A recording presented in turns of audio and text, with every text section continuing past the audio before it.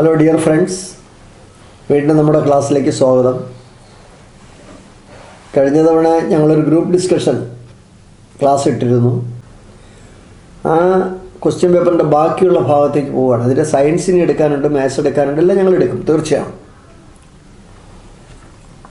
ഇവിടെ ഇന്ന് ചർച്ചയ്ക്ക് അശ്വിൻ എത്തിയിട്ടുണ്ട്, ഐശ്വര്യ എത്തിയിട്ടുണ്ട്, സൂരജ് ക്യാമറയുമായി ഞങ്ങളുടെ ഫ്രണ്ടിലുണ്ട്.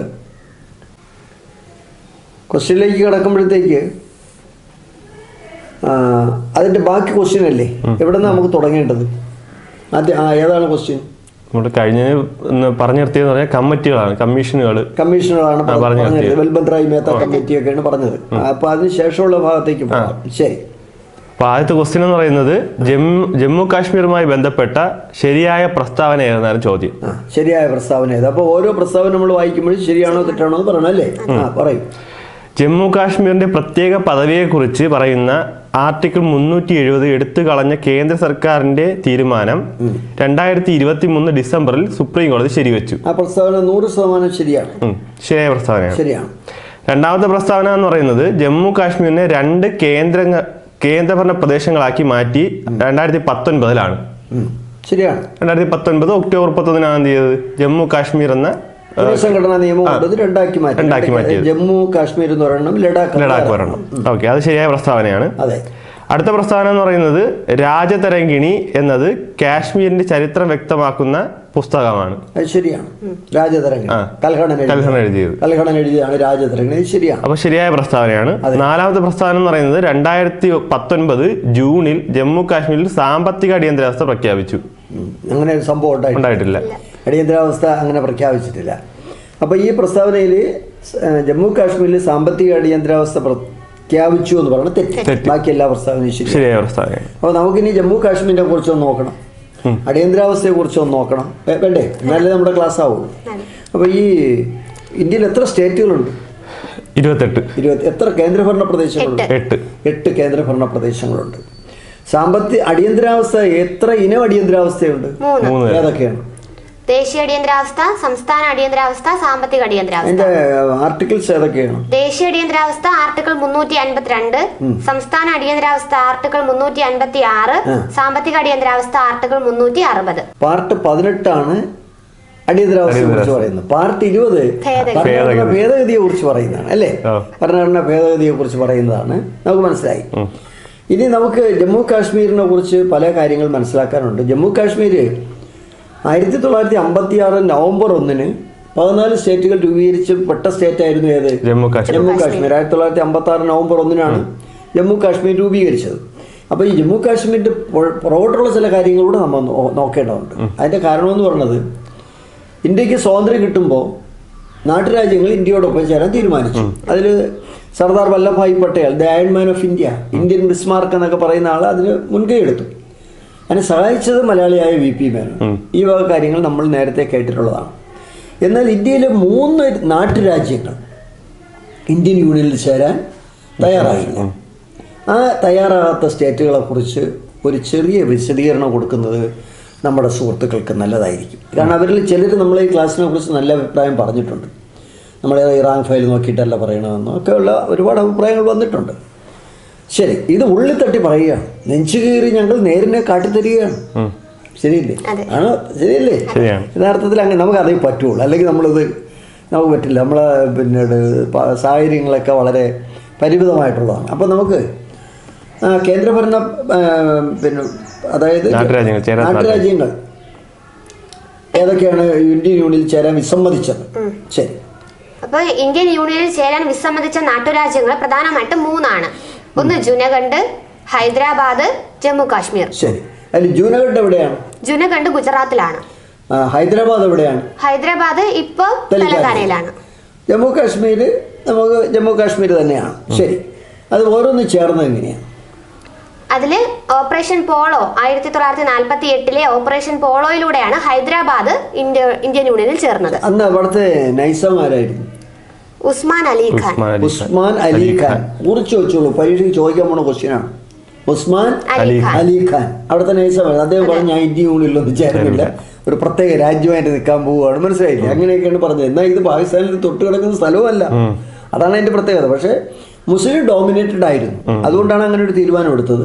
പക്ഷേ ഇന്ത്യ ഗവൺമെന്റ് വിട്ടില്ല. ഓപ്പറേഷൻ പോളോ അല്ലേ, ഒരു സൈനിക നീക്കമാണ്. അതനുസരിച്ചിട്ട് ഹൈദരാബാദ് ഇന്ത്യൻ യൂണിയനോട് ചേർന്നു. ഇന്ന് ഹൈദരാബാദ് തെലങ്കാനയുടെ തലസ്ഥാനമാണ്. പിന്നെ ഹൈടെക് സിറ്റി എന്നറിയപ്പെടുന്നത് ഹൈദരാബാദാണ്, നമുക്ക് അറിയാം ഇല്ലേ. ശരി, നമുക്കിനി അടുത്ത സംസ്ഥാനത്തിലേക്ക് കടക്കാം. അടുത്ത നാട്ടുരാജ്യം ജുനഗഡ് ആയിരുന്നു. ഗുജറാത്തിലാണ് ജുനഗഡ് എന്ന് പറയുന്നത്. ജൂനഗഡ് അത് എന്താണ്, ജനഹിത പരിശോധനയിലൂടെ കൂട്ടിച്ചേർത്ത നാട്ടുരാജ്യമാണ് കൂട്ടിച്ചേർത്ത്. അത് പരീക്ഷയ്ക്ക് ഹിതപരിശോധനയിലൂടെ റഫറൻഡം നടത്തി അല്ലെ. ജനഹിത പരിശോധന ഇന്ത്യ ചേരണോ വേണ്ടേ എന്നുള്ള ആലോചിച്ചപ്പോഴത്തേക്ക് കൂടുതൽ ആളുകൾ എന്ത് പറഞ്ഞു, ഇന്ത്യൻ യൂണിയനിൽ ചേരണോ എന്ന് പറഞ്ഞു. അങ്ങനെ അത് ഇന്ത്യൻ യൂണിയനിൽ ചേർന്നു. ജൂനഗഡ് ഗുജറാത്തിലാണ്. അത് ഏറ്റവും പ്രധാനപ്പെട്ടതാണ് അല്ലേ. അടുത്തത് പിന്നെ അടുത്തത് ജമ്മു കാശ്മീർ ആയിരുന്നു. അപ്പൊ ജമ്മു കാശ്മീരിലെ അന്നത്തെ രാജാവ് എന്ന് പറയുന്നത് ഹരിസിംഗ് ബഹദൂർ ആയിരുന്നു. അത് ഇന്ത്യൻ യൂണിയനിൽ ചേരാൻ ആദ്യം വിസമ്മതിച്ചു, പിന്നീട് എന്ത് ചെയ്തു, ഇന്ത്യൻ യൂണിയനിൽ ചേർന്നു. അപ്പൊ കാശ്മീർ അന്ന് വലിയൊരു പ്രശ്നമാണ്. കാശ്മീർ ഇന്ത്യക്ക് സ്വാതന്ത്ര്യം കിട്ടിയപ്പോൾ കാശ്മീരിന്റെ ഒരു ഭാഗം പാകിസ്ഥാനിൽ പോയി ഇല്ലേ. അത് നമ്മൾ എന്തെന്ന് പറയും, പാകിസ്ഥാൻ ഓക്കുപ്പൈഡ് കാശ്മീർ. യഥാർത്ഥത്തിൽ നമുക്കുള്ളതാണ്. ഇന്ത്യയുടെ പടം വരയ്ക്കുമ്പോൾ നമ്മൾ അവിടെ ചേർത്താണ് വരയ്ക്കുന്നത്. POK. ഈ POKയിലാണ് ലോകത്തിലെ രണ്ടാമത്തെ വലിയ കൊടുമുടിയായ മൗണ്ട് കേട്ടു അല്ലെങ്കിൽ ഗോഡ്വിൻ ആസ്റ്റിൻ. അതിന്റെ ഉയരം എത്രയാണ് ഗോഡ്വിൻ ആസ്റ്റിന്റെ? 8611 മീറ്റർ. 8611 മീറ്റർ ഉയരമുണ്ട്. പക്ഷേ ഇന്ത്യക്ക് അകത്താണോ എന്ന് കേട്ടാൽ ആണ്, അല്ലേന്ന് കേട്ടാൽ അല്ല. മനസ്സിലായി. പക്ഷെ POK പാകിസ്ഥാൻ ഓക്കുപ്പൈഡ് കാശ്മീരിലാണ് അത് ഇരിക്കുന്നത് മനസ്സിലായി. പക്ഷെ ലോകത്തിലെ ഏറ്റവും വലിയ കൊടുമുടി എന്ന് പറയുന്നത് മൗണ്ട് എവറസ്റ്റ് ആണ്. അത് നേപ്പാളിലാണ്. എന്നാൽ ഇന്ത്യക്കകത്ത് പൂർണ്ണമായിട്ടുള്ള കൊടുമുടിയാകുന്ന കേട്ടാൽ കാഞ്ചൻജംഗ അല്ലേ. അത് സിക്കിമിലാണ്. എവിടെയാണ്? സിക്കിമിലാണ്. എന്നാൽ നന്ദാദേവി കൊടുമുടി എവിടെയാണ്? ഉത്തരാഖണ്ഡിലാണ്. ധവളഗിരി കൊടുമുടി എവിടെയാണ്? നേപ്പാളിലാണ്. അന്നപൂർണ നേപ്പാളിലാണ്. ഇവ കാര്യങ്ങൾ നമ്മൾ പല പ്രാവശ്യം ക്ലാസ് സംസാരിച്ചതാണ്. ആർക്കെങ്കിലും മടുത്തെങ്കിൽ അവരും പറയല്ലേ, നിങ്ങൾക്കും ചില വിഷമം കാണും, ഇത് കേട്ട് നിവർത്തിയില്ല എന്നുള്ളത് ചിലപ്പോൾ നിങ്ങൾക്ക് തോന്നും. നിങ്ങൾക്കും അഭിപ്രായം എഴുതാം. ക്ലാസ് ഞാൻ ഇരുന്നതാണ്, പക്ഷേ ഒരുപാട് റിപ്പറ്റീഷൻ വരുന്നു. നിങ്ങൾക്ക് നിങ്ങളെ അഭിപ്രായം എഴുതിക്കോളൂ, എനിക്ക് വിരോധമില്ല. സൂരജിന് വേണമെങ്കിലും എഴുതാം, നമുക്കതിൽ വിരോധമില്ല. ശരി, അപ്പോൾ ഇനി നമുക്ക് ജമ്മു കാശ്മീരിലേക്ക് തിരിച്ചു വരാം. അപ്പോൾ രാജാവ് ഇന്ത്യയോടൊപ്പം ചേരാൻ തീരുമാനിച്ചു ഇല്ലേ. ശരി, അപ്പോൾ ജമ്മു കാശ്മീരിനെ കുറിച്ച് മറ്റ് കാര്യങ്ങളിലേക്ക് പോകാം. ഇന്ത്യക്ക് സ്വാതന്ത്ര്യം കിട്ടുമ്പോൾ ജമ്മു കാശ്മീരിന് പ്രത്യേക അവകാശം കൊടുത്താണ് ആർട്ടിക്കിൾ 370. അതുപോലെ തന്നെ 35A ഓർമ്മ. എന്താണ് 35A? അവിടുത്തെ താമസ സൗകര്യവും ഭൂമി വാങ്ങാനുള്ള അവസരം ആർക്ക് മാത്രമേ ഉള്ളൂ? അവിടെ ഉള്ളവർക്ക് മാത്രമേ ഉള്ളൂ. അത് രണ്ടും ഇപ്പം റദ്ദ് ചെയ്തു. അപ്പോൾ 35A റദ്ദ് ചെയ്തു, അതുപോലെ തന്നെ 370 റദ്ദ് ചെയ്തു. അത് നമുക്ക് നന്നായിട്ട് അറിയാം. പിന്നെ അവിടെ ഇപ്പം നിയമസഭയിൽ ഇപ്പോൾ 2 കേന്ദ്രഭരണ പ്രദേശങ്ങളാണ്. അപ്പോൾ ഈ 2 കേന്ദ്രഭരണ പ്രദേശങ്ങളെ കുറിച്ചൊന്ന് സംസാരിച്ചിട്ട് നമുക്ക് മറ്റു വിഷയങ്ങളിലേക്ക് കിടക്കാം. ശരി, പറയും. എന്താണ് കേന്ദ്രഭരണ പ്രദേശങ്ങൾ? ജമ്മു കാശ്മീർ, അതായത് ജമ്മു കാശ്മീർ പുനഃസംഘടനാ നിയമം പാസ്സായി. എങ്ങനെയാണ് പുനഃസംഘടിപ്പിച്ചത്? 2 കേന്ദ്രഭരണ പ്രദേശങ്ങളായിട്ട് പറയുന്നതാണ്. ജമ്മു കാശ്മീർ പുനഃസംഘടന നിയമം വന്നത് 2019 ഒക്ടോബർ 31-നാണ്. ശരിയാണ്. ജമ്മു കാശ്മീർ നിലവിൽ വരുന്നത്. അതിനനുസരിച്ച് എന്ത് ചെയ്തു, ജമ്മു കാശ്മീർ എന്ന സംസ്ഥാനത്തെ ജമ്മു കാശ്മീർ എന്നും ലഡാക്ക് എന്നും 2 തിരിച്ചു. 2 കേന്ദ്രപ്രദേശങ്ങളായി തിരിക്കുകയും അത് രണ്ടും ലഫ്റ്റനന്റ് ഗവർണർമാരുടെ കീഴിലാക്കി. ഗവർണർക്ക് പകരം എന്തോന്നാണ്? ലഫ്റ്റനന്റ് ഗവർണർമാരുടെ കീഴിലാക്കി. ശരി, നിങ്ങളത് പറഞ്ഞത് വളരെ കറക്റ്റാണ്. ഇനി ജമ്മു കാശ്മീരിന്റെ തലസ്ഥാനം ഏത് തന്നെയാണ്? ശ്രീനഗർ തന്നെയാണ്. ലഡാക്കിന്റെ തലസ്ഥാനം ലേ. ഇന്ത്യയിൽ എത്ര കേന്ദ്രഭരണ പ്രദേശങ്ങളുണ്ട്? 8. ഏറ്റവും വലിയ കേന്ദ്രഭരണ പ്രദേശം ലഡാക്കാണ്. എന്നാൽ വിസ്തൃതി കുറഞ്ഞ കേന്ദ്രഭരണ പ്രദേശം അതാണ് ലക്ഷദ്വീപ്. അറബിക്കടലിൽ കിടക്കുന്ന ലക്ഷദ്വീപ്, ട്രോപ്പിക്കൽ പാരഡൈസ് എന്ന് പറയുന്ന ലക്ഷദ്വീപ്, ശരിയല്ലേ? കോറൽ ഐലൻഡ് എന്ന് പറയുന്ന ലക്ഷദ്വീപ്, നദികളില്ലാത്ത ലക്ഷദ്വീപ്. നമ്മൾ ഇത്രയും തവണ പറഞ്ഞതാണ്. ശരി, ഇനി നമുക്ക് ജമ്മു കാശ്മീരിലേക്ക് തിരിച്ചു വരണ്ടേ? തിരിച്ചു വരാം. ജമ്മു കാശ്മീരിന്റെ ഔദ്യോഗിക ഭാഷയാണ് ഏത്? ഉറുദു എന്നറിയപ്പെടുന്നത്. ശരി. ക്യാമ്പ് ലാംഗ്വേജ് എന്നറിയപ്പെടുന്നത് ഉറുദു ആണ്. ശരിയാണ്. ഇനി ഇന്ത്യയുടെ തത്ത എന്നറിയപ്പെടുന്ന വ്യക്തി ആരാണ്? അമീർ ഖുസ്രു ആണ്. ശരി, അടുത്തത് ക്യാമ്പ് ലാംഗ്വേജ് എന്നറിയപ്പെടുന്ന ഏതാണ്? ഉറുദു ആണ്. ഉറുദുവിന്റെ അർത്ഥം ക്യാമ്പ് എന്നാണ്, അതുകൊണ്ടാണ് അങ്ങനെ ഒരാളുടെ കാരണം. അടുത്തത് പിന്നെ ജമ്മു കാശ്മീരെ പറ്റി പറയുകയാണെങ്കിൽ ദാൽ തടാകം ജമ്മു കാശ്മീരിലാണ്. കുങ്കുമം കൂടുതൽ ഉത്പാദിപ്പിക്കുന്നത് ജമ്മു കാശ്മീരിലാണ്. കിഷൻ ഗംഗ പദ്ധതി എവിടെയാണ്? ജമ്മു കാശ്മീരിലാണ്. ഏറ്റവും നീളം കൂടിയ പാലം അല്ലേ? തുരങ്കം. ഏറ്റവും ഉയരം കൂടിയ റെയിൽവേ പാലം. ഏറ്റവും ഉയരം കൂടിയ റെയിൽവേ പാലം കാണപ്പെടുന്നത് എവിടെയാണ്? ജമ്മു കാശ്മീർ. ലോകത്തിലെ ഏറ്റവും ഉയരം കൂടിയത് ജമ്മു കാശ്മീരിലാണ്. ഇത് ചിനാബ് ബ്രിഡ്ജ് എന്നാണ് അറിയപ്പെടുന്നത്. ഇത് ചിനാബ് ബ്രിഡ്ജ് എന്നാണ് അറിയപ്പെടുന്നത്. അങ്ങനെയാണ് തണുത്ത മരുഭൂമി എന്നറിയപ്പെടുന്നത് ഏതാണ്? ലഡാക്കാണ് തണുത്ത മരുഭൂമി എന്നറിയപ്പെടുന്നത്. പിന്നെ ജമ്മു കാശ്മീരുമായിട്ട് ബന്ധപ്പെട്ട അത്യാവശ്യമായിട്ട് പിന്നെ ഉറി ജലവൈദ്യുത പദ്ധതി ജമ്മു കാശ്മീരിലാണ്. പിന്നെ ലഡാക്കിന്റെ തലസ്ഥാനമായ ചുറ്റുകൊടുക്കുന്ന നദി ഏതാണ്? സിന്ധു നദിയാണ്. ശരി, അപ്പൊ ഈ വക കാര്യങ്ങളാണ് നമുക്ക് ജമ്മു കാശ്മീർ പറയാനുള്ളത്. ശരിയല്ലേ? അതിന്റെ ഓപ്ഷൻസ് ഓപ്ഷനിലല്ലോ സ്റ്റേറ്റ്മെന്റ്. അടുത്ത ക്വസ്റ്റ്യൻ ഏതാണ്? അടുത്ത ചോദ്യം എന്താണ്? 73, 74 ഭരണഘടനാ ഭേദഗതിയുടെ അനന്തര ഫലങ്ങളിൽ പെടാത്തത് ഏത് എന്നതാണ് ചോദ്യം. അപ്പൊ നമുക്ക് ആദ്യം 73, 74 ഭരണഘടനാ ഭേദഗതി പറയുമ്പോൾ അത്യാവശ്യമായിട്ട് 106 ഭരണഘടനാ ഭേദഗതി ഉൾപ്പെടെയുള്ള കാര്യങ്ങളൊന്ന് പറഞ്ഞാൽ നല്ലതായിരിക്കും. ഭരണഘടനയെ കുറിച്ച് മൊത്തത്തിലൊന്ന് പറയുന്നത് നല്ലതായിരിക്കും എന്നാണ് എൻ്റെ അഭിപ്രായം. ഭരണഘടനയിൽ എത്ര ഷെഡ്യൂളുണ്ട്? 12 ഷെഡ്യൂൾ. ഭരണഘടന നിലവിൽ വരുമ്പോൾ എത്ര ഷെഡ്യൂളുണ്ട്? 8 ഷെഡ്യൂൾ. ഭരണഘടനയിൽ ഇപ്പോൾ എത്ര പാർട്ടുണ്ട്? 25. ഇന്ത്യയിൽ ഭരണഘടന നിലവിൽ വരുമ്പോൾ എത്ര പാർട്ടുണ്ട്? 22 പാർട്ടുണ്ട്. ഭരണഘടന നിലവിൽ വരുമ്പോൾ അനുച്ഛേദങ്ങൾ എത്ര? 395. ഭരണഘടനയുടെ പുറംചട്ട തയ്യാറാക്കിയത് ആരാണ്? നന്ദലാൽ ബോസ്. സതി എന്ന ചിത്രം വരച്ചത് ആരാണ്? നന്ദലാൽ ബോസ്. ഗ്രാമീണ ചണ്ടക്കാരൻ? നന്ദലാൽ ബോസ്. മഹാത്മാഗാന്ധി ഉപ്പ് സത്യാഗ്രഹത്തിൽ പോകുന്ന ചിഹ്നം നന്ദലാൽ ബോസ് ആണ്. ഭരണഘടന ഡ്രാഫ്റ്റിംഗ് കമ്മിറ്റിയുടെ ഉപദേശകനാരായിരുന്നു? ബി എൻ റാവു ആയിരുന്നു അല്ലേ? ഇന്ത്യൻ ഭരണഘടന എഴുതി തയ്യാറാക്കാൻ എത്ര ദിവസം എടുത്തു? 2 വർഷം 11 മാസം 17 ദിവസം എടുത്തു. എത്ര സിറ്റിംഗ്, എത്ര ദിവസം? 11 സിറ്റിംഗിലൂടെ ആകെ 165 ദിവസം. 65 ദിവസം എടുത്തു. ആമുഖം കടമെടുത്ത് എവിടെ നിന്നാണ്? അമേരിക്കയിൽ നിന്നാണ്. ഏറ്റവും വലിയ ഭരണഘടന ഏതാണ്? ഇന്ത്യൻ ഭരണഘടന. ഏറ്റവും ചെറിയ റിട്ടേൺ കോൺസ്റ്റിറ്റ്യൂഷൻ ഏതാണ്? അമേരിക്കൻ ഭരണഘടനയാണ്. ഇന്ത്യൻ ഭരണഘടന ഹിന്ദിയിലും ഇംഗ്ലീഷിലും എഴുതി തയ്യാറാക്കണമെന്ന് നിർദ്ദേശിച്ചത് ആരാണ്? രാജേന്ദ്ര പ്രസാദ്. ഡ്രാഫ്റ്റിംഗ് കമ്മിറ്റിയുടെ ചെയർമാൻ ആരായിരുന്നു? എന്നാൽ ഭരണഘടനാ നിർമ്മാണ സമിതിയുടെ അധ്യക്ഷൻ ആരായിരുന്നു? അതിന്റെ ഉപാധ്യക്ഷനായിരുന്നു എച്ച് സി മുഖർജി. ഭരണഘടനാ നിർമ്മാണ സമിതി രൂപീകരിച്ചതെന്നാണ്? 1946 ഡിസംബർ 6. ആദ്യ സമ്മേളനം നടന്നത് എന്നാണ്? ഡിസംബർ 9. അതിന്റെ അധ്യക്ഷൻ ആരായിരുന്നു? താൽക്കാലിക അധ്യക്ഷൻ സച്ചിദാനന്ദ സിൻഹ.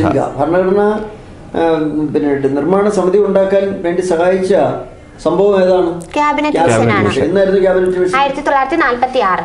ക്യാബിനറ്റ് മിഷൻ ഇന്ത്യ സന്ദർശിച്ചത് 1946. അന്നത്തെ പ്രധാനമന്ത്രി ആരായിരുന്നു? ബ്രിട്ടീഷ് ക്ലമന്റ് ആറ്റ്ലി ആയിരുന്നു. അന്നത്തെ ഇവിടുത്തെ വൈസ്രോയി ആരായിരുന്നു? ലോർഡ് വേവൽ പ്രഭു ആയിരുന്നു. ആരാണ്? Lord Wavell. ക്യാബിനറ്റ് മിഷനിൽ എത്ര പേരുണ്ടായിരുന്നു? 3 പേര്. ആരൊക്കെയാണ്? Pethick Lawrence, sir Stafford Cripps, Alexander. 3 പേരായിരുന്നു ഉണ്ടായിരുന്നത്. പെത്തിക് ലോറൻസ് ആണ് അതിന് നേതൃത്വം നൽകിയത്. ക്യാബിനറ്റ് മിഷൻ എന്റെ ശുപാർശ പ്രകാരം 2 കാര്യങ്ങൾ നടന്നു. ഏതൊക്കെയാണ്? 1 ഭരണഘടനാ നിർമ്മാണ സമിതി രൂപീകരിച്ചു. 2 ഇന്ത്യക്ക് ഇടക്കാല ഗവൺമെന്റ് രൂപീകരിച്ചു. ഇടക്കാല ഗവൺമെന്റിൽ എത്ര മന്ത്രിമാരുണ്ടായിരുന്നു? 14. ഇടക്കാല ഗവൺമെന്റിന്റെ വൈസ് പ്രസിഡന്റ് ആരായിരുന്നു? ജവഹർലാൽ നെഹ്റു ആയിരുന്നു. ഇടക്കാല ഗവൺമെന്റിന്റെ പ്രസിഡന്റ് ആയിരുന്നു ലോർഡ് വേവൽ. ഇനി ഭരണഘടനാ ഭേദഗതിയെ കുറിച്ച് പറയാം. ഭരണഘടനാ ഭേദഗതി ചെയ്യാനുള്ള അവകാശം ആർക്കാണ്? പാർലമെന്റ് എന്നാൽ ലോകസഭ, രാജ്യസഭ, പ്രസിഡന്റ്. പിന്നെ പാർലമെന്റിനെ കുറിച്ച് പറയുന്ന ആർട്ടിക്കിൾ ഏതാണ്? 79. രാജ്യസഭയെ കുറിച്ച് പറയുന്ന ആർട്ടിക്കിൾ 80. പിന്നെ ലോകസഭ 81 ആണ്. ശരിയല്ലേ? അങ്ങനെയാണെങ്കിൽ ഈ ഭരണഘടനാ ഭേദഗതി ചെയ്യാനുള്ള അവകാശം പാർലമെന്റിനാണ്. ഇന്ത്യൻ ഭരണഘടന അംഗീകരിച്ചതെന്നാണ്? 1949 നവംബർ 26. ഭരണഘടന നിലവിൽ വന്നതെന്നാണ്? 1950 ജനുവരി 26. India republic ആയതെന്നാണ്? 1950 ജനുവരി 26. ഇന്ത്യയുടെ ദേശീയ ചിഹ്നം അംഗീകരിച്ചതെന്നാണ്? 1950 ജനുവരി 26. ശരിയല്ലേ? ശരി. അങ്ങനെയാണെങ്കിൽ ഭരണഘടനയുടെ ആദ്യത്തെ ഭേദഗതി വന്നതെന്നാണ്? ഒന്നാം ഭേദഗതി 1951 ഭൂപരിഷ്കരണം. കൂട്ടിച്ചേർത്ത ഷെഡ്യൂളാണ് ഷെഡ്യൂൾ 9 കൂട്ടിച്ചേർത്തു. ആകെ ഷെഡ്യൂളുകൾ ഇപ്പോൾ ഉള്ളത് 12. തുടക്കത്തിൽ ഷെഡ്യൂൾ 8 ഉണ്ടായിരുന്നുള്ളൂ. 9 ഭൂപരിഷ്കരണവുമായി ബന്ധപ്പെട്ടത്. ഇനി ഭരണഘടനാ ഭേദഗതിയിൽ പ്രധാനപ്പെട്ട 7ാം ഭരണഘടനാ ഭേദഗതി എന്താണ്? 7ാം ഭരണഘടനാ ഭേദഗതി വർഷം 1956. ഭാഷാടിസ്ഥാനത്തിൽ സംസ്ഥാനങ്ങളെ പുനഃസംഘടിപ്പിക്കുന്നതിന് വേണ്ടി വന്ന ഭേദഗതിയാണ് 7ാം ഭേദഗതി. എത്ര സ്റ്റേറ്റുകളും കേന്ദ്രഭരണ പ്രദേശങ്ങളും? 14 സ്റ്റേറ്റുകളും 6 കേന്ദ്രഭരണ പ്രദേശങ്ങളുമാണ് രൂപീകരിച്ചത്. ഒരുമിച്ച് രൂപീകരിച്ചത്. ഇനി 24ാം ഭരണഘടനാ ഭേദഗതി എന്താണ്? 24ാം ഭരണഘടനാ ഭേദഗതി 1971. മൗലികാവകാശങ്ങൾ ഉൾപ്പെടെ ഭരണഘടനയുടെ ഏത് ഭാഗവും അമെന്റ് ചെയ്യാം എന്ന് പറയുന്ന ഭേദഗതിയാണ് 24-ാം ഭേദഗതി. ഇനി 26 ഭരണഘടനാ ഭേദഗതി ഏതാണ്? പ്രിവി പേഴ്സ് നിർത്തലായിക്കൊണ്ട് എന്നാണ്? 1971. ഇന്ദിരാഗാന്ധി സർക്കാർ അല്ലേ? ഇനി അടുത്തത് 42-ാം ഭരണഘടനാ ഭേദഗതി എന്താണ്? 42-ാം ഭരണഘടനാ ഭേദഗതി 1976-ലാണ് മിനി കോൺസ്റ്റിറ്റ്യൂഷൻ എന്നറിയപ്പെടുന്നു. അതേപോലെ ആമുഖം തിരുത്തിക്കുറിച്ച ഭേദഗതിയും 42-ാം ഭേദഗതിയാണ്. ആമുഖത്തിൽ ഏതൊക്കെ വാക്കുകളാണ് കൂട്ടിച്ചേർത്തത്? സോഷ്യലിസ്റ്റ്, സെക്യുലർ, ഇന്റഗ്രിറ്റി എന്നീ 3 വാക്കുകളാണ് കൂട്ടിച്ചേർത്തത് ആമുഖത്തിൽ അല്ലേ? പിന്നെ മൗലിക ചുമതലകൾ കൂട്ടിച്ചേർത്ത ഭരണഘടനാ ഭേദഗതി ഏതാണ്? 42-ാം ഭരണഘടനാ ഭേദഗതിയാണ്. ശരിയല്ലേ? മൗലിക ചുമതലകൾ, കർത്തവ്യങ്ങൾ ഏത് കമ്മിറ്റിയുടെ ശുപാർശ പ്രകാരം? സിംഗ് കമ്മിറ്റിയുടെ ശുപാർശ പ്രകാരം. 44-ാം ഭരണഘടനാ ഭേദഗതി എന്താ? സ്വത്തവകാശത്തെ നിയമാവകാശമാക്കി മാറ്റി. മൗലികാവകാശമായിരുന്ന സ്വത്തവകാശത്തെ നിയമാവകാശമാക്കി മാറ്റിയതാണ് 44-ാം ഭരണഘടനാ ഭേദഗതി 1978 മൊറാർജി ദേശായിയുടെ കാലത്ത്. ഇനി 52-ാം ഭരണഘടനാ ഭേദഗതി ഏതാണ്? 52-ാം ഭരണഘടനാ ഭേദഗതി 1985-ലാണ് കൂറുമാറ്റത്തെ കുറിച്ച് പറയുന്നു. കൂട്ടിച്ചേർത്ത ഷെഡ്യൂൾ 10 ആണ്. 10 കൂട്ടിച്ചേർത്തു. ഇനി 61-ാം ഭരണഘടനാ ഭേദഗതി എന്താണ്? വോട്ടിംഗ് പ്രായം 21-ൽ നിന്ന് 18 ആക്കിയതാണ്. 1989 രാജീവ് ഗാന്ധിയുടെ കാലത്താണ്. വോട്ടിംഗ് പ്രായം 18ആണ്. ശരി. അങ്ങനെയാണെങ്കിൽ ഇനി 73-ാം ഭരണഘടനാ ഭേദഗതി എന്താണ്? 73-ാം ഭരണഘടനാ ഭേദഗതി 1992-ലാണ് പഞ്ചായത്ത് രാജിനെ കുറിച്ച് പറയുന്നു. കൂട്ടിച്ചേർത്ത ഷെഡ്യൂൾ 11. പാർട്ട് പഞ്ചായത്ത് രാജിന്റെ പാർട്ട് 9 പഞ്ചായത്തിനെ കുറിച്ച് പറയുന്ന പാർട്ട് 9. പഞ്ചായത്ത് രാജിന്റെ പിതാവ് എന്നൊക്കെ അറിയപ്പെടുന്ന ആരെയാണ്? ബൽവന്തറായ് മേത്ത. ഫെബ്രുവരി 19 പ്രത്യേകത ബൽവന്തറായ് മേത്തയുടെ ജന്മദിനം ഫെബ്രുവരി 19. കേരളത്തിലെ പഞ്ചായത്ത് രാജ് ആഘോഷിക്കുന്നു. ഇനി 74-ാം ഭരണഘടനാ ഭേദഗതി എന്താണ്? നഗരപാലികാ നിയമം. മുനിസിപ്പാലിറ്റികൾ നിലവിൽ വന്നത് 74-ാം ഭരണഘടനാ ഭേദഗതി 92 സാധുത കൊടുത്തു. അടുത്തത് അങ്ങനെ കൂട്ടിച്ചേർത്ത പാർട്ട് ഏതാണ്? Part 9A schedule 12. ഷെഡ്യൂൾ 12 കൂട്ടിച്ചേർത്തു. ഷെഡ്യൂൾ 12 ക്ലിയർ ആയി. ശരിയല്ലേ? അപ്പൊ നമ്മള് 74-ാം ഭരണഘടനാ ഭേദഗതി വരെ എത്തി. ഇനി നമുക്ക് പ്രധാനപ്പെട്ടത് മാത്രം ഒന്ന് പറയാം. 86-ാം ഭരണഘടനാ ഭേദഗതി. 86-ാം ഭരണഘടനാ ഭേദഗതി 2002 6 മുതൽ 14 വയസ്സ് വരെയുള്ള കുട്ടികൾക്ക് സൗജന്യവും നിർബന്ധിതവുമായ വിദ്യാഭ്യാസം ഉറപ്പാക്കുക. വിദ്യാഭ്യാസ അവകാശ നിയമം പാസാക്കിയതാണ് 2010 ഏപ്രിൽ 1-നാണ് വിദ്യാഭ്യാസ അവകാശ നിയമം വരുന്നത് 2009. അത് നിയമമാകുന്നത് നിയമമായി നിലവിൽ വരുന്നത് 2010 ഏപ്രിൽ 1. വിദ്യാഭ്യാസ മൗലികാവകാശമാക്കിയപ്പോൾ കൂട്ടിച്ചേർത്ത ആർട്ടിക്കിൾ ഏതാണ്? 21A മൗലികാവകാശമായി ചേർന്നു അല്ലേ? 21A. ശരി. അങ്ങനെയാണെങ്കിൽ ഇനി 91-ാം ഭരണഘടനാ ഭേദഗതി എന്താണ്? 91-ാം ഭരണഘടനാ ഭേദഗതി 2003 ലോകസഭയിലെയും നിയമസഭയിലെയും സാമാജികരുടെ 15% മാത്രമേ മന്ത്രിമാരുടെ എണ്ണം ആകാവൂ എന്ന് പറയുന്നതാണ് 91-ാം ഭരണഘടനാ ഭേദഗതി. ശരിയല്ലേ? ശരി. ഇനി നമുക്ക് 100-ൽ ഏതെങ്കിലും പ്രധാനപ്പെട്ടതുണ്ടോ? 100-ൽ ഇപ്പുറം 97-ാം ഭരണഘടനാ ഭേദഗതി 2011 കോഓപ്പറേറ്റീവ് സൊസൈറ്റീസ്. അതാണ് പാർട്ട് 9B കൂട്ടിച്ചേർത്ത്. അത് ശരിയാണ്. ഇനി നമുക്ക് 100-ാം ഭരണഘടനാ ഭേദഗതി മുതൽ അവസാനത്ത് 106 വരെ ഒന്ന് പറഞ്ഞു കൊടുത്താൽ എന്താ? ഇതൊക്കെ ചിലതിന് അറിയാമായിരിക്കും, ഇല്ലെങ്കിൽ നമ്മുടെ സന്തോഷത്തിനാണ് നമ്മളിത് പറയുന്നത്. മനസ്സിലായി? പറയും. 100-ാം ഭരണഘടനാ ഭേദഗതി മുതൽ. 100-ാം ഭരണഘടനാ ഭേദഗതി എന്ന് പറയുന്നത് ലാൻഡ് ബോർഡർ എഗ്രിമെന്റ് ആയിരുന്നു. ബംഗ്ലാദേശ് ഇന്ത്യ അതിർത്തർക്കം പരിഹരിച്ച ഭേദഗതിയാണ് എന്ന് പറയുന്നത് 100-ാം ഭരണഘടനാ ഭേദഗതി 2015. 101-ാം ഭരണഘടനാ ഭേദഗതി എന്ന് പറയുന്നത് GST യുമായിട്ട് ബന്ധപ്പെട്ടതാണ്. GST ബില്ല് വരുന്നത് 101-ാം ഭരണഘടനാ ഭേദഗതി 2016-ലാണ്. 102-ാം ഭരണഘടനാ ഭേദഗതി 2018-ലാണ്. NCBCക്ക് നാഷണൽ കമ്മീഷൻ ഫോർ ബാക്ക്വേർഡ് ക്ലാസസിന് ഭരണഘടനാ പദവി നൽകിയതാണ് 102-ാം ഭരണഘടനാ ഭേദഗതി. ഇനി 103-ാം ഭരണഘടനാ ഭേദഗതി സാമ്പത്തികമായിട്ട് പിന്നോക്കം നിൽക്കുന്ന മുന്നോക്കക്കാർക്ക് 10% സംവരണം. അതാണ് 103-ാം ഭരണഘടനാ ഭേദഗതി 2019. 104-ാം ഭരണഘടനാ ഭേദഗതിയാണ് SC/ST റിസർവേഷൻ 10 വർഷം കൂടി നീട്ടി 2030 വരെ നീട്ടി. അതുകൂടാതെ ആംഗ്ലോ ഇന്ത്യൻ പ്രാതിനിധ്യം എടുത്തു കളഞ്ഞത് 104-ാം ഭരണഘടനാ ഭേദഗതി 2020 ആണ്. OBC തീരുമാനിക്കാനുള്ള അവകാശം സ്റ്റേറ്റ് ഗവൺമെന്റ് തിരിച്ചു കൊടുത്തു. ശരിയല്ലേ? വർഷം 2021. ഇനി ലേറ്റസ്റ്റ് ഭരണഘടനാ ഭേദഗതി 106-ാം ഭരണഘടനാ ഭേദഗതി 2023 വനിതാ സംവരണ ബില്ലാണ്. അതായത് ലോകസഭയിലും നിയമസഭയിലും വനിതകൾക്ക് 33% സംവരണം അനുവദിക്കുന്നു. കൊടുക്കാൻ തീരുമാനിച്ചിട്ടുണ്ട്. അതിന് ബാക്കി പ്രോസസ്സ് നടക്കണം അല്ലേ? നല്ല നടപടി തന്നെയാണ്. അപ്പോൾ നമ്മൾ 73-74 ഭരണഘടനാ ഭേദഗതി പറഞ്ഞപ്പോഴാണ് നമ്മൾ അറ്റ് എ ഗ്ലാൻസ് ഒന്ന് ഓടിച്ചൊന്ന് കാര്യങ്ങളൊന്ന് നോക്കിയത്. അത്രയേ ഉള്ളൂ. നമ്മൾ അങ്ങനെ നോക്കിയിട്ടുള്ളൂ. കാരണം ഇതൊക്കെ പല പ്രാവശ്യം ക്ലാസ്സിൽ സംസാരിച്ചതാണ്. ശരി, നമുക്ക് ഇതിന്റെ ബാക്കി ക്വസ്റ്റ്യനിലേക്ക് പോയാൽ എന്താണ് പറയൂ. ഇതിലെ ക്വസ്റ്റ്യൻ നമ്മൾ പറഞ്ഞില്ല. 73, 74 ഭരണഘടനാ ഭേദഗതിയുടെ അനന്തര ഫലങ്ങളിൽ പെടാത്തത് ഏതെന്നാണ് ചോദ്യം. അപ്പൊ പെടുന്നത് ആദ്യം നോക്കാം, പറയൂ. ഒന്നാമത്തെ സ്റ്റേറ്റ്മെന്റ്, സംസ്ഥാന തെരഞ്ഞെടുപ്പ് കമ്മീഷൻ രൂപീകരിച്ചു. പിന്നെ സംസ്ഥാന തെരഞ്ഞെടുപ്പ് കമ്മീഷനും ഫൈനാൻസ് കമ്മീഷനും ഒക്കെ, സംസ്ഥാന ഫൈനാൻസ് കമ്മീഷനും ഒക്കെ വരുന്നത് ഈ ഭരണഘടനാ ഭേദഗതിയുടെ അടിസ്ഥാനത്തിലാണ്. 73 ഭരണഘടനാ ഭേദഗതി. അടുത്തത് അത് ശരിയാണ്. ശരിയാണ്. അപ്പൊ രണ്ടാമത്തെ സ്റ്റേറ്റ്മെന്റ് 10ാമത്തെ ഷെഡ്യൂൾ കൂട്ടിച്ചേർത്തു എന്നാണ്. തെറ്റാണ്. 10ാമത്തെ ഷെഡ്യൂൾ കൂറുമാറ്റം അല്ലേ? അത് കൂട്ടിച്ചേർത്തത് എപ്പോഴാണ്? 52ാം ഭരണഘടനാ ഭേദഗതി 1985 രാജീവ് ഗാന്ധി അധികാരത്തിൽ വന്നപ്പോൾ പോകാൻ നേരത്താണ് കൂറുമാറ്റം. അങ്ങനെ ഓർമ്മിച്ച് വെച്ചാൽ നല്ല ഓർമ്മയിരിക്കും. ശരി, അടുത്തത് 11ാം ഷെഡ്യൂളും 12ാം ഷെഡ്യൂളും കൂട്ടിച്ചേർത്തു. അത് ശരിയാണ്. അതും ശരിയായ 73, 74 ഭരണഘടനാ ഭേദഗതിയുമായി ബന്ധപ്പെട്ടതാണ്. ശരിയല്ലേ? ശരി, അടുത്ത വേറെ. അത് ശരി. അപ്പൊ പഞ്ചായത്ത് രാജിനെ കുറിച്ച് നമുക്ക് കാര്യമായിട്ട് കാര്യങ്ങൾ മനസ്സിലായിട്ടുണ്ട്. ശരിയല്ലേ? അടുത്ത ക്വസ്റ്റ്യനിലേക്ക് നടന്നാൽ എന്താ? അപ്പൊ നമ്മൾ ഇതിന്റെ GK ക്വസ്റ്റ്യൻസ് ആണ് തീർക്കുന്നത്. ഇതിന് സയൻസ് ക്വസ്റ്റ്യൻ ഉണ്ട്. അത് നമുക്ക് അടുത്ത ക്ലാസ്സിൽ സയൻസ് ക്വസ്റ്റ്യൻ എടുത്ത് പറയാം. പിന്നെ ജിയോഗ്രഫിയായിട്ട് ബന്ധപ്പെട്ട ക്വസ്റ്റ്യൻസ് ഉണ്ട്. നാളെ ജിയോഗ്രഫിയായിട്ട് ബന്ധപ്പെട്ട് പറയാം. ഞങ്ങളെല്ലാം മാക്സിമം പറഞ്ഞു തരും. നിങ്ങളിത് വായിക്കുകയും പഠിക്കുകയും ചെയ്യണം. അടുത്ത ക്വസ്റ്റ്യൻ തോന്നുന്നു. അടുത്ത ചോദ്യം പദ്ധതികളാണ്. 4 പദ്ധതികൾ തന്നിട്ടുണ്ട്. അത് ശരിയായിട്ട് മാച്ച് ചെയ്യാനാണ്. ആദ്യത്തെ പദ്ധതിയാണ് അഭയകിരണം. അഭയകിരണം പദ്ധതി അതെന്താണെന്ന് വെച്ചാൽ വിധവകൾക്ക് സാമ്പത്തിക സഹായം നൽകുന്ന പദ്ധതിയാണ് അഭയകിരണം എന്ന് പറയുന്നത്. ശരി, ലോക വിധവാ ദിനം എന്നാണ്? ജൂൺ 23. ജൂൺ 23 ആണ് ലോക വിധവാ ദിനം. ശരി, ഞാൻ സമ്മതിച്ചു. അടുത്ത പദ്ധതി വിദ്യാകിരണമാണ്. അതായത് അംഗവൈകല്യമുള്ള വ്യക്തികളുടെ മക്കൾക്ക് പഠന സഹായം നൽകുന്നതാണ് ഏത് വിദ്യാകിരണം പദ്ധതി. ഈ അംഗവൈകല്യം എന്ന് പറയുന്നത് PSCയിലൊക്കെ ജോലി കിട്ടുന്നത് 40% ഡിഫോർമിറ്റിയാണ് അംഗവൈകല്യം.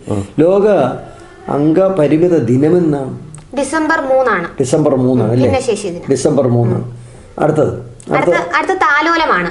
18 വയസ്സിന് താഴെയുള്ള മാരക രോഗങ്ങൾ ബാധിച്ച കുട്ടികൾക്കുള്ള ചികിത്സാ ധനസഹായ പദ്ധതിയാണ് താലോലം. അടുത്തത് വിദ്യാജ്യോതിയാണ്. ഭിന്നശേഷി പെട്ട വിദ്യാർത്ഥികൾക്ക് പഠന സഹായത്തിനായി ധനസഹായം നൽകുന്നു. പിന്നെ ഞാനൊരു വയസ്സനാണെന്നുള്ളത് ഇവിടെ നാട്ടുകാർക്കൊക്കെ അറിയാം. പള്ളികളൊക്കെ ഇപ്പൊ ആട് തുടങ്ങേണ്ട സമയമായിരിക്കണം, അതിൽ തുടങ്ങിയിട്ടില്ല കേട്ടോ. അപ്പോൾ ഞങ്ങളെ ഗ്രൂപ്പിൻ്റെ ഒരു മന്ദഹാസം പരിപാടിയുണ്ട്. എന്താണ് ഈ മന്ദഹാസം പരിപാടി? സെറ്റ് വല്ലി ആർക്ക്? ഈ മുതിർന്ന പൗരന്മാർക്ക് അല്ലേ? 60 വയസ്സ് കഴിഞ്ഞവര്. അവർക്ക് അത് APL BPL കിട്ടും. BPL കുടുംബത്തിൽപ്പെട്ടവർക്കാണ് കൃത്രിമ ദന്തങ്ങൾ വെച്ചു കൊടുക്കുന്നതാണ് മന്ദഹാസം. സാമൂഹ്യക്ഷേമ വകുപ്പിന്റെ മന്ദഹാസം പദ്ധതി.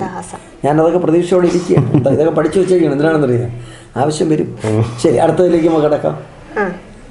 അപ്പൊ ഇതുമായിട്ട് ബന്ധപ്പെട്ട് 1-2 പദ്ധതികളോട് പറയാം. വയോമധുരം എല്ലാം ഗ്ലൂക്കോമീറ്റർ കൊടുക്കുന്ന പദ്ധതി, മുതിർന്ന പൗരന്മാർക്ക് ഗ്ലൂക്കോമീറ്റർ കൊടുക്കുന്ന പദ്ധതിയാണ് എന്ന് പറയുന്നത് വയോമധുരം. അടുത്തത് അനുയാത്ര. അനുയാത്ര എന്ന് പറഞ്ഞാൽ എന്താണ്? നമ്മുടെ കേരള സംസ്ഥാനത്തെ ഭിന്നശേഷി സൗഹൃദമാക്കുക എന്ന ലക്ഷ്യത്തോടെ ആരംഭിച്ച പദ്ധതിയാണ് അനുയാത്ര.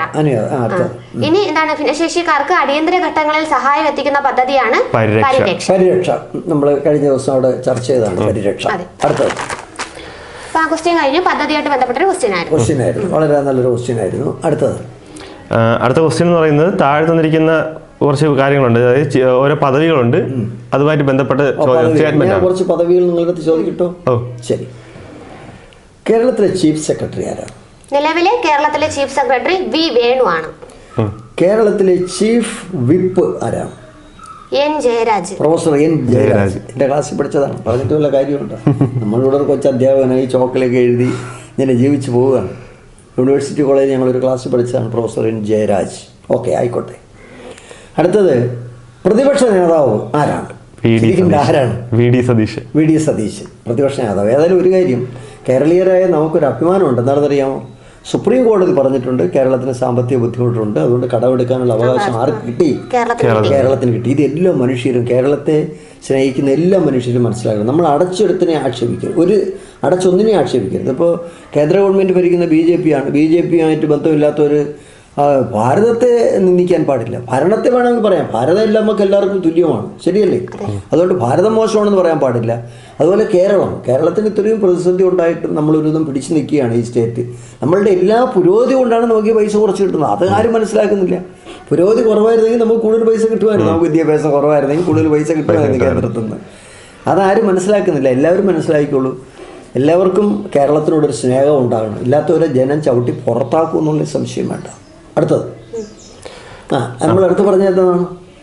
പ്രതിപക്ഷ നേതാവാരാണ്? പ്രതിപക്ഷ ഉപനേതാവാരാണ്? P K Kunhalikutty. പരീക്ഷയ്ക്ക് ചോദിക്കാൻ നല്ലൊരു ക്വസ്റ്റ്യൻ, ആളുകൾ മറന്നു പോകും കേട്ടോ. ഇനി നമ്മുടെ സ്പീക്കർ ആരാണ്? ഷംസീർ. ഏത് മണ്ഡലത്തിൽ നിന്ന് ജയിച്ചത്? തലശ്ശേരി. ശരിയല്ലേ? ഡെപ്യൂട്ടി സ്പീക്കർ ആരാണ്? ചിറ്റയം ഗോപകുമാറാണ്. അടുത്തത് നമുക്ക് പരിശോധിക്കേണ്ടത് ഇപ്പോഴത്തെ വനിതാ കമ്മീഷനിലെ ചെയർപേഴ്സൺ ആരാണ്? പി സതീദേവിയാണ് അല്ലേ? സംസ്ഥാന വിവരാവകാശ കമ്മീഷണർ ആരാണ്? അതിന്റെ ചീഫ് ഇൻഫർമേഷൻ കമ്മീഷണർ അല്ലേ? ആരാണ്? വി ഹരിനായർ. അത് നമുക്ക് പിന്നെ പഠിക്കേണ്ടതാണ്. അടുത്തത് ലോകബാങ്കിന്റെ അധ്യക്ഷൻ ആരാണ്? അജയ് ബംഗ. IMF മാനേജിംഗ് ഡയറക്ടർ ആരാണ്? ക്രിസ്റ്റലീന ജോർജിയവ. ശരി. പിന്നെ UN സെക്രട്ടറി ജനറൽ ആരാണ്? Antonio Guterres. Deputy secretary general ആരാണ്? ആമിന മുഹമ്മദ്. ശരി. ഈ വക കാര്യങ്ങൾ വളരെ പ്രധാനമായിട്ട് നമ്മൾ പഠിക്കേണ്ടതാണ്. ശരിയല്ലേ? ഇനി നമുക്ക് പോസ്റ്റുകൾ ഏതൊക്കെയാണ് ഇവിടെ തന്നിരിക്കുന്ന പോസ്റ്റുകൾ എന്ന് പറയുന്നത്? കുറച്ച് പ്രസ്താവനകളാണ്. Chief secretary V Venu. ശരിയാണ്. ശരിയായ പ്രസ്താവനയാണ്. ശരിയാണ്. കേരള നിയമസഭ ഏകമണ്ഡലമാണ്. ശരിയാണ്. ഏകമണ്ഡലമാണ്. പണ്ട് ദ്വയാംഗ മണ്ഡലങ്ങൾ ഉണ്ടായിരുന്നു, ഇപ്പൊ ഏകമണ്ഡലമാണ്. അതൊന്ന്. 2 മണ്ഡലങ്ങൾ ഏകമണ്ഡലമാണ്, നിയമസഭയും ഏകമാണ്. യൂണിറ്ററി ആണ്. കാരണം ഒരു മണ്ഡലമേ ഉള്ളൂ, നിയമസഭ മാത്രം, ലെജിസ്ലേറ്റീവ് കൗൺസിൽ ഇല്ല. ശരി. അടുത്ത ഡെപ്യൂട്ടി സ്പീക്കർ ചിറ്റയം ഗോപകുമാർ. ശരിയാണ്. ADGP Manoj Kumar IPS. അത് മനോജ് എബ്രഹാം ആണ്. ADGP എന്ന് പറയുന്നത് മനോജ് എബ്രഹാം ആണ് ഇപ്പോഴത്തെ ADGP ആയിട്ട് വരുന്നത്. മനോജ് എബ്രഹാം. അപ്പോൾ അടുത്തത് ഇത്രയാണ് അതിൽ വന്ന പ്രസ്താവന എന്ന് പറയുന്നത്. ശരി. അങ്ങനെയാണെങ്കിൽ ഇതുമായിട്ട് ബന്ധപ്പെട്ട മറ്റു പ്രസ്താവനകൾ ചീഫ് സെക്രട്ടറി നിങ്ങൾ പറഞ്ഞു. ശരിയാണ്. DGP ആരാണ്? DGP ഒന്നുകൂടെ പറയൂ. സാഹിത്യ അക്കാദമിയുടെ അധ്യക്ഷൻ ആരാണ്? കെ സച്ചിദാനന്ദൻ. ആരാണ്? കെ സച്ചിദാനന്ദൻ. ചലച്ചിത്ര വികസന കോർപ്പറേഷന്റെ അധ്യക്ഷൻ ആരാണ്? ഷാജിയൻ കരുൺ. ചലച്ചിത്ര അക്കാദമി ചെയർമാനാണ് ആര്? രഞ്ജിത്ത്. സിനിമാ അവാർഡ് കൊടുക്കുന്നത് അതാണ്. അതങ്ങനെ ഒന്ന് മനസ്സിലാക്കി വെച്ചേക്കുക. എന്താ? ശരി. ദേശീയ ദുരന്ത നിവാരണ അതോറിറ്റിയുടെ ചെയർമാൻ ഇന്ത്യയുടെ പ്രധാനമന്ത്രിയാണെങ്കിൽ സംസ്ഥാനത്തിന്റെ ആരാണ്? മുഖ്യമന്ത്രിയാണ്. അതിന്റെ ഉപചെയർമാൻ ആരാണ്? റവന്യൂ വകുപ്പ് മന്ത്രിയാണ്. ദുരന്ത നിവാരണ അതോറിറ്റിയുടെ. ശരിയല്ലേ? ഇപ്പൊ വന്യമൃഗങ്ങളുടെ ഉപദ്രവവും ഒരു ദുരന്തമായി പ്രഖ്യാപിച്ചിട്ടുണ്ട്. നമ്മുടെ സംസ്ഥാന ഗവൺമെന്റ് ദുരന്തമായി പ്രഖ്യാപിച്ചിട്ടുണ്ട്. ഒന്നും ചെയ്യാൻ പറ്റില്ല. ഇപ്പോൾ മൃഗങ്ങൾ ഇറങ്ങി വരുന്നു, ആളുകളെ ഉപദ്രവിക്കുന്നു. അവിടെ ആവാസ വ്യവസ്ഥയിൽ വന്നിട്ടുള്ള വ്യത്യാസമാണ്. ഇതിന് ഒരു വ്യക്തിയൊന്നും ഉത്തരവാദിയില്ല. ഏതെങ്കിലും ഒരു വ്യക്തിയാണോ അതിന് ഉത്തരവാദി? ഒരു വ്യക്തിക്ക് അതിന് ഉത്തരവാദിത്വം പറയാൻ പറ്റില്ല. ഇന്ത്യ പ്രധാനമന്ത്രിയാണ് അതിന് ഉത്തരവാദി, കേരള മുഖ്യമന്ത്രിയാണ് അതിന് ഉത്തരവാദി. പക്ഷേ എന്നിരുന്നാലും നമ്മൾ ചില തെറ്റായ സന്ദേശങ്ങൾ സമൂഹത്തിൽ കൊടുക്കുകയാണ്. അത് ശരിയാണ്. അടുത്തത് തോന്നാണ്. ഇനി പോസ്റ്റുകൾ ഏതൊക്കെയാണ് നമുക്ക് പറയാൻ പറ്റുന്ന പോസ്റ്റുകൾ? കേരള ഗവർണർ ആരിഫ് മുഹമ്മദ് ഖാൻ. പിന്നെ അന്റോണിയോ ഗുട്ടറസ് ഏത് രാജ്യത്തിന്റെ പ്രധാനമന്ത്രിയായിരുന്നു? പോർച്ചുഗൽ പ്രധാനമന്ത്രിയായിരുന്നു അന്റോണിയോ ഗുട്ടറസ് അല്ലേ? ശരി. ഇനി അടുത്ത ക്വസ്റ്റ്യൻ ഒരു പുസ്തകം എഴുതിയതിനെ സംബന്ധിച്ചാണ്. ആരാണ് ആ പുസ്തകം എഴുതിയത്? അങ്ങനത്തെ ഒരുപാട് ക്വസ്റ്റ്യൻസ് വരുന്നുണ്ട് അല്ലേ? അപ്പൊ ഇവിടെ ചോദിച്ച പുസ്തകം ഏതാണ്? ഹൈമവത ഭൂവിൽ എന്ന യാത്രാ വർണ്ണം ആരുടേതാണ്? എം പി വീരേന്ദ്രകുമാർ നല്ലൊരു എഴുത്തുകാരനും ചിന്തകനും പ്രഭാഷണം നടത്തുന്ന ആളുമാണ്. പ്രഭാഷകനുമാണ് ആര്? M P Veerendrakumar. ശരി. അദ്ദേഹത്തിന്റെ മറ്റു കൃതികളെ കുറിച്ച് ഏതെങ്കിലും ഓർമ്മയുണ്ടോ? രാമന്റെ ദുഃഖം പ്രധാനപ്പെട്ട കൃതിയാണ്. അടുത്തത് ആത്മാവിലേക്ക് ഒരു തീർത്ഥയാത്ര. ഒരു തീർത്ഥയാത്ര. അത് ആരുടെ പുസ്തകമാണ്? M P Veerendrakumar. പിന്നെ അതാണ് ഘാട്ടും കാണാചരടുകളും. ആരുടെ കൃതിയാണ്? എം പി വീരേന്ദ്രകുമാർ. ഘാട്ടിന്റെ ഇപ്പോഴത്തെ രൂപമാണ് WTO, വേൾഡ് ട്രേഡ് ഓർഗനൈസേഷൻ. അത് നിലവിൽ വന്നത് 1995 ജനുവരി 1-നാണ്. ശരി. അടുത്തത് ബുദ്ധന്റെ ചിരി. അതെ, ബുദ്ധന്റെ ചിരി ആരുടെ കൃതിയാണ്? എം പി വീരേന്ദ്രകുമാറിന്റെ കൃതിയാണ്. അടുത്തത് ആമസോണും കുറെ വ്യാകുലതകളും. ആരുടെ കൃതിയാണ്? എം പി വീരേന്ദ്രകുമാറിന്റെ. ഈ ആമസോൺ എവിടെയാണ്? തെക്കേ അമേരിക്കയിലാണ്. അനക്കോണ്ട കാണുന്നത് എവിടെയാണ്? തെക്കേ അമേരിക്കയിലാണ് അല്ലേ? ശരി. ഭൂമിയുടെ ശ്വാസകോശം എന്നറിയപ്പെടുന്നത് ആമസോൺ മഴക്കാടുകളാണ്. കൊച്ചിയുടെ ശ്വാസകോശം മംഗളവനം. ഇന്ത്യയിലെ ഏറ്റവും വലിയ ഡെൽറ്റ ഏതാണ്? സുന്ദർബൻ ഡെൽറ്റ. ഗംഗാദിയും ബ്രഹ്മപുത്രയും കൂടെ വന്ന് ഒഴുകിയെത്തുന്ന സ്ഥലമാണ് അല്ലേ? ശരി. സുന്ദരി വനങ്ങളുണ്ട് അവിടെ. സുന്ദർബൻസ്. അടുത്തത് ഏതാണ്? അടുത്ത ഇനി ഇതുമായി ബന്ധപ്പെട്ട് കുറച്ച് യാത്രാ വിവരണങ്ങളാണ്. പറയൂ. അപ്പോൾ എസ്.കെ. പൊറ്റക്കാടിന്റെ കുറച്ച് യാത്രാ വിവരണങ്ങളാണ്. ഒന്നാമത്തത് കാപ്രികളുടെ നാട്ടിൽ. അത് ആഫ്രിക്കയിൽ ആയിട്ട് ബന്ധപ്പെട്ട് വരുന്ന യാത്ര ചെയ്തതിനെ കുറിച്ചാണ്. അടുത്തത് ക്ലിയോപാട്രയുടെ നാട്ടിൽ. അത് ഈജിപ്തുമായിട്ട് ബന്ധപ്പെട്ടതാണ്. ക്ലിയോപാട്ര ഈജിപ്റ്റ് ആഫ്രിക്കൻ രാജ്യമാണ്. നൈൽ നദിയുടെ ദാനമാണ് ഏത്? ഈജിപ്റ്റ്. ഹെറോഡോട്ടസ് ആണ് അങ്ങനെ പറഞ്ഞത്. ഈജിപ്തിൽ ചേർന്നാണ് സൂയസ് കനാൽ. ഈ സൂയസ് കനാല് മനുഷ്യനിർമ്മിതമാണ്. അത് നാഷണലൈസ് ചെയ്ത് 1956 സൂയസ് കനാൽ കണക്ട് ചെയ്യുന്നത് മെഡിറ്ററേനിയൻ റെഡ് സീയും തമ്മിലാണ് കണക്ട് ചെയ്യുന്നത്. മെഡിറ്ററേനിയനാണ്, മധ്യധരണ്യാഴിയാണ് യൂറോപ്പിനെയും ആഫ്രിക്കയും തമ്മിൽ വേർതിരിക്കുന്നത്. ചെങ്കടലാണ് ഏഷ്യയും ആഫ്രിക്കയും തമ്മിൽ വേർതിരിക്കുന്നത്. ഇതൊക്കെ നമ്മൾ പഴയ ക്ലാസ്സുകളിൽ സംസാരിച്ചിട്ടുള്ളതാണെന്ന് ഓർമ്മിച്ച് വെച്ചേക്കുക. ആഫ്രിക്കയെ കുറിച്ച് ഈജിപ്തിനെ കുറിച്ച് പറഞ്ഞപ്പോഴത്തേക്ക് നൈൽ നദിയെ കുറിച്ച് നമ്മൾ പറഞ്ഞു. ക്ലിയോപാട്രയുടെ നാടാണെന്ന് പറഞ്ഞു. പിന്നെ ചെന്നായ് ദേശീയ മൃഗമായിട്ടുള്ള രാജ്യം പൂച്ച ദേശീയ മൃഗമായിട്ടുള്ള രാജ്യം ഏതാണ്? ഈജിപ്റ്റാണ്. ദൈവമായി ആരാധിക്കുന്നു. അതെ, ദൈവമായി ആരാധിക്കുന്നു. ഫറോവമാരുടെ ഭരണം നിലവിലിരുന്നു. പിരമിഡുകൾ ഉള്ളത് എവിടെയാണ്? ഈജിപ്റ്റാണ്. ഹൈറോഗ്ലിഫിക്സ് ലിപി ഈജിപ്ഷ്യൻ സിവിലൈസേഷനുമായി ബന്ധപ്പെട്ടതാണ് അല്ലേ? ശരിയാണ്. അടുത്ത ക്വസ്റ്റ്യനിലേക്ക് നമുക്ക് കടന്നാൽ എന്താ? അടുത്ത അല്ല, ഇനിയും യാത്രാവിവരണങ്ങളുണ്ട്. Indonesian diary SK. പൊറ്റക്കാടിൻ്റെതാണ്. Nile diary SK. പൊറ്റക്കാടിൻ്റെതാണ്. സോവിയറ്റ് ഡയറി അതും എസ്.കെ. പൊറ്റക്കാടിൻ്റെതാണ്. യാത്രാവിവരണത്തിന് ഒരു പ്രത്യേകതയുള്ള വ്യക്തിയായിരുന്നു എസ്.കെ. പൊറ്റക്കാട്. അതിൽ സംശയം വേണ്ട. സിംഹഭൂമി എന്ന യാത്രാവിവരണം എസ്.കെ. പൊറ്റക്കാടിൻ്റെതാണ്. അദ്ദേഹത്തിന് യാത്ര ഒരു ഹരമായിരുന്നു അല്ലേ? ശരി. അടുത്തത് പിന്നെ ഒന്നാണ് ബാലിദ്വീപ്. ഇന്തോനേഷ്യയിലാണ് ബാലിദ്വീപ്. പ്രത്യേകിച്ച് ഓർമ്മിച്ച് വെച്ചോളണം. ഇന്തോനേഷ്യയിലാണ്. ഇന്തോനേഷ്യയെ കുറിച്ച് പറഞ്ഞപ്പോഴത്തേക്ക് മുസ്ലിം ഡോമിനേറ്റഡ് ആണ്. ഇന്തോനേഷ്യ എന്ന് പറയുന്നത് ഒരു ആർച്ചിപ്പിലാവാണ്. ആർച്ചിപ്പിലാവ് ദ്വീപ സമൂഹങ്ങൾ ചേർന്നാണ് ആർച്ചിപ്പിലാവ്. അത് പ്രത്യേകിച്ച് ഓർമ്മിച്ച് വെക്കേണ്ടതാണ് ഇന്തോനേഷ്യ. അടുത്തത് ഇത്രയാണ് പ്രധാനപ്പെട്ട യാത്രാവിവരണങ്ങൾ. പാതിരാസൂര്യന്റെ അതാരുടേതാണ്? എസ്.കെ. പൊറ്റക്കാടിൻ്റെതാണ്. FM യാത്രകൾ ആരുടേതാണ്? മന്നത്ത് പത്മനാഭൻ. എന്റെ FM യാത്രകൾ.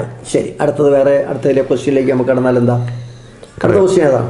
അടുത്ത ക്വസ്റ്റ്യൻ എന്ന് പറഞ്ഞാൽ ഇടയ്ക്കൽ ഗുഹ എവിടെയാണെന്നാണ് ചോദ്യം. ഇടയ്ക്കൽ ഗുഹ. അപ്പൊ വയനാട് കയറി പിടിച്ചേ പറ്റുള്ളൂ. ശരിയല്ലേ? അപ്പോ ഇടയ്ക്കൽ ഗുഹ എവിടെയാണ്? വയനാട്ടിലാണ്. അജന്ത ഗുഹകൾ എവിടെയാണ്? മഹാരാഷ്ട്രയിലാണ്. ഗുഹകളെ കുറിച്ചാണ് പറയുന്നത്. ഇടയ്ക്കൽ ഗുഹയിലെ ആ എഴുത്ത് തിരിച്ചറിഞ്ഞതാരാണ്? Fred facet. ഇടയ്ക്കൽ ഗുഹയിൽ ജീവിച്ചിരുന്ന ജനങ്ങൾ ഏത് യുഗത്തിൽ ജീവിച്ചിരുന്നവരാണ്? ശിലായുഗത്തിൽ ജീവിച്ചിരുന്നവരാണ്. ശരി. പിന്നെ വയനാടുമായി ബന്ധപ്പെട്ട ചില കാര്യങ്ങൾ ഇടയ്ക്ക് നമുക്ക് മനസ്സിലാക്കാനുണ്ട്. അമ്പൂത്തിമല എവിടെയാണ്? സൂചിപ്പാറ വെള്ളച്ചാട്ടം എവിടെയാണ്? വയനാടാണ് അല്ലേ? പിന്നീട് കൃഷ്ണഗിരി സ്റ്റേഡിയം എവിടെയാണ്? വയനാടാണ്. വയനാടിന്റെ ആസ്ഥാനം എവിടെയാണ്? കൽപ്പറ്റയാണ്. അമ്പലവയലിന്റെ പ്രത്യേകത എന്താണ്? അതെവിടെയാണ്? വയനാടാണ്. പിന്നീട് പിന്നെ ബാണാസുര സാഗർ അണക്കെട്ട് എവിടെയാണ്? വയനാടാണ് അല്ലേ? ചെമ്പ്ര ഹിൽസ് എവിടെയാണ്? വയനാടാണ്. കബനി നദി ഉത്ഭവിക്കുന്ന തൊണ്ടാർമുടിക്കുന്ന എവിടെയാണ്? വയനാടാണ്. അമ്പൂത്തിമലയും ഒക്കെ നമ്മൾ പറഞ്ഞു അല്ലേ? കുറുവാദ്വീപ് എവിടെയാണ്? വയനാട്ടിലാണ്. കബനി നദിയെ കുറിച്ചൊക്കെ നമ്മൾ നേരത്തെ ക്ലാസ്സിൽ സംസാരിച്ചതാണ്. ഇനി വയനാടിനെ കുറിച്ച് എന്തെങ്കിലും നിങ്ങൾക്ക് ചേർക്കാനുണ്ടോ? വയനാട് ഹൃദയ തടാകം അത് വയനാടാണ്. പിന്നെ കേരളത്തിലെ വന്യജീവി സങ്കേതം എവിടെയാണ്? വയനാടാണ്. വയനാടിലെ ഇപ്പോഴത്തെ MP ആരാണ്? രാഹുൽ ഗാന്ധിയാണ്. വയനാട്ടിലെ MP അല്ലേ? ശരിയല്ലേ? അവിടെ ഇപ്പൊ ആനി രാജ മത്സരിക്കുകയാണ്. CPI നേതാവായ വ്യക്തി അവിടെ മത്സരിക്കുകയാണ്. ആനി രാജയുടെ പേരേ വന്നിട്ടുള്ളൂ. രാഹുൽ ഗാന്ധിയുടെ അവിടെ വന്നിട്ടില്ല. വരും നോക്കാം. അടുത്തത് തമിഴ്നാടും കർണാടകയുമായി അതിർത്തി പങ്കിടുന്ന സംസ്ഥാനം വയനാടാണ്. വയനാട് തന്നെ ഏത് താലൂക്കാണ്? സുൽത്താൻ ബത്തേരി. രണ്ട് സ്ഥലങ്ങളുമായിട്ട് വയനാടായിട്ട് പിന്നെ കർണാടകമായിട്ടും തമിഴ്നാടുമായിട്ട് അതിർത്തി പങ്കിടുന്നു. അടുത്തത് റെയിൽവേ ഇല്ല. വയനാടിന് റെയിൽവേ ഇല്ല, കടൽ തീരമില്ല. റെയിൽവേയും കടൽ തീരവും ഇല്ലാത്തതാണ് വയനാട്. പിന്നെ വയനാടിനെ കുറിച്ച് എന്താ നമുക്ക് പറയാനുള്ളത്? വയനാട് കാപ്പി ഏറ്റവും കൂടുതൽ ഉൽപ്പാദിപ്പിക്കുന്ന വയനാടാണ്. പിന്നെ വയനാടിന്റെ അതിർത്തിയിലൊക്കെയാണ് ആന ഇറങ്ങി നടക്കുക അല്ലേ? ഒക്കെ വലിയ പ്രശ്നം തന്നെ. മനുഷ്യൻ ജീവിക്കാൻ പെടുന്ന പാടേ. മനുഷ്യന് ജീവിച്ചല്ലേ പറ്റുള്ളൂ. ആനയ്ക്ക് ജീവിക്കണ്ടല്ലോ, നമുക്ക് മനുഷ്യർക്ക് ജീവിച്ചേ വെക്കുള്ളൂ അല്ലേ? ശരി, വേറെ നമുക്ക് ഇതിനോട് കൂട്ടിച്ചേർക്കാൻ എന്താ ഉള്ളത്? കേരളത്തിലെ ഏക പീഠഭൂമി വയനാട്. ഉയർന്ന പീഠഭൂമിയാണ് ഏത്? വയനാട്. അത് പരീക്ഷയ്ക്ക് ചോദിച്ചാണ്. പീഠഭൂമിയാണ് ഏത്? വയനാട്. ശരി, അപ്പോൾ 14 ജില്ലകളുള്ളതിൽ പ്രധാനപ്പെട്ട ഒരു ജില്ലയാണ് ഏത്? വയനാട് എന്ന് പറയുന്നത്. അപ്പോൾ നമുക്ക് ഈ ക്ലാസ്സിലൂടെ അവസാനിപ്പിക്കും, കാരണം അത് GK കഴിഞ്ഞു. ഇനി നമുക്ക് ഇതിന്റെ സയൻസും ജിയോഗ്രഫിയും. ലാസ്റ്റ് ഒരു ക്വസ്റ്റ്യൻ കൂടെ ഉണ്ട് സാർ. ആരുടെ കാലത്താണ് കേരളത്തിൽ ചവിട്ട് നാടകം ആരംഭിച്ചത്? ചവിട്ട് നാടകം പോർച്ചുഗീസുകാരുടെ കാലത്താണ് കേരളത്തിലെ ചവിട്ട് നാടകം ആരംഭിച്ചത്. പോർച്ചുഗീസുകാരുടെ ചവിട്ടാണ്. ക്രിസ്ത്യാനികളുടെ ഇടയിലുള്ളതാണ് ചവിട്ട് നാടകം. മാർഗം കളിയോ ക്രിസ്ത്യൻസിന്റെ ഇടയിലുള്ളതാണ്. അതേസമയം ദഫ്മുട്ടോ മുസ്ലിങ്ങളുടെ ഇടയിലുള്ളതാണ്. മാപ്പിളപ്പാട്ടൊക്കെ അവരുമായിട്ട് ബന്ധപ്പെട്ടതാണ്. ശരിയല്ലേ?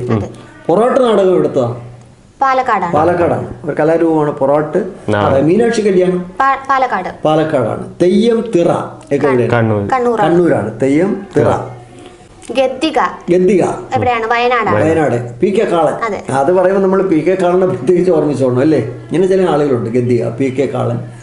അതുപോലെ കണ്ടൽക്കാടുകളെ കുറിച്ച് ഓർമ്മിക്കുമ്പോഴത്തേക്ക് കല്ലേൽ പൊക്കുടനെ നമ്മൾ ഓർക്കേണ്ടതാണ്. അവരൊന്നും ജീവിച്ചിരിപ്പില്ല, വലിയ വലിയ വ്യക്തികളാണ്. അതുപോലെ തന്നെ സർക്കസ് കലയുടെ കുലപതിയാണ് കീലേരി കുഞ്ഞിക്കണ്ണൻ. അതുപോലെ ബീഡി വ്യവസായത്തിന് പ്രശസ്തമായ ജില്ലയാണ് ഏത്? കണ്ണൂർ ജില്ല. കൈത്തറിക്കും കീർത്തിയേട്ട ജില്ല ഏതാണ്? കണ്ണൂർ ജില്ല. ജയിൽ മ്യൂസിയം എവിടെയാണ്? കണ്ണൂർ ജില്ലയിലാണ് ജയിൽ മ്യൂസിയം. അതേപോലെ കണ്ണൂരിൽ വന്യജീവി സങ്കേതങ്ങൾ ഏതെങ്കിലും ഉണ്ടോ? ആറളം കൊട്ടിയൂരൊക്കെ എവിടെയാണ്? കണ്ണൂർ ജില്ലയിലാണ്. അഞ്ചരക്കണ്ടി കറുവാത്തോട്ടം കണ്ണൂർ ജില്ലയിലാണ്. പഴശ്ശി വിപ്ലവകാലത്ത് നശിപ്പിച്ചതാണ് അഞ്ചരക്കണ്ടി കറുവാത്തോട്ടം. അതൊക്കെ വളരെ പ്രധാനപ്പെട്ട കാര്യങ്ങളാണ്. പയ്യാമ്പലം കടൽ തീരം ഈ കണ്ണൂരുമായിട്ട് ബന്ധപ്പെട്ടതാണെന്ന് എൻ്റെ സുഹൃത്തുക്കൾ മനസ്സിലാക്കി വെക്കേണ്ടതുണ്ട്. പൈതൽമല അത് പരീക്ഷയ്ക്ക് ചോദിച്ചാണ്. പൈതൽമല എവിടെയാണ്? കണ്ണൂർ ജില്ലയിലാണ്. പൈതൽമല എൻ്റെ സുഹൃത്തുക്കൾ കേട്ടോ, കണ്ണൂരുകാർക്ക് അറിയാമോ? പൈതൽമല കണ്ണൂരാണെന്ന് ഓർമ്മിച്ച് വെച്ചേക്കുക. അപ്പോൾ നമുക്ക് ഈ ക്ലാസ് തൽക്കാലം ഇവിടെ അവസാനിപ്പിക്കാം. എന്താ ഇനി അടുത്ത ക്ലാസ്സിൽ നമുക്ക് ഇതിൻ്റെ ജിയോഗ്രഫിയും സയൻസും ജിയോഗ്രഫിയുമായിട്ട് വരാം. എൻ്റെ സുഹൃത്തുക്കൾ നന്നായിട്ട് പഠിക്കണം, ക്ലാസ്സുകൾ നന്നായിട്ട് കാണണം, പുസ്തകം വായിക്കണം, പത്രം വായിക്കണം. ഇതെല്ലാം നിങ്ങൾ ചെയ്യണം. നാട്ടിൽ നടക്കുന്ന ഓരോ ചലനങ്ങളും നിങ്ങൾ മനസ്സിലാക്കുകയും അതൊക്കെ കുറിച്ചു വയ്ക്കുകയും വേണമെന്ന് പറഞ്ഞുകൊണ്ട് എല്ലാവർക്കും എല്ലാ ആശംസകളും. നന്ദി, നമസ്കാരം.